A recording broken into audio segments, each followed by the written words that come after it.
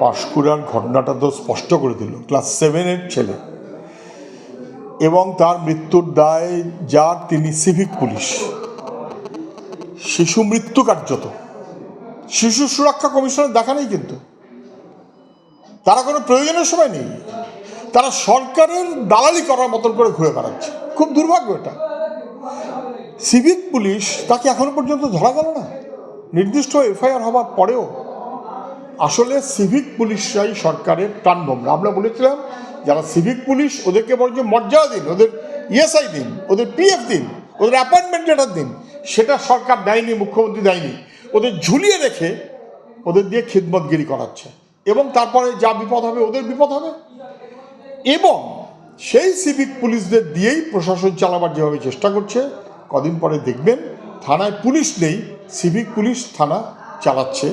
এবং OC, sub inspector civic police মারফত তৃণমূলের নেতাদের কথায় চলছে। এটা খুব বিপজ্জনক হচ্ছে।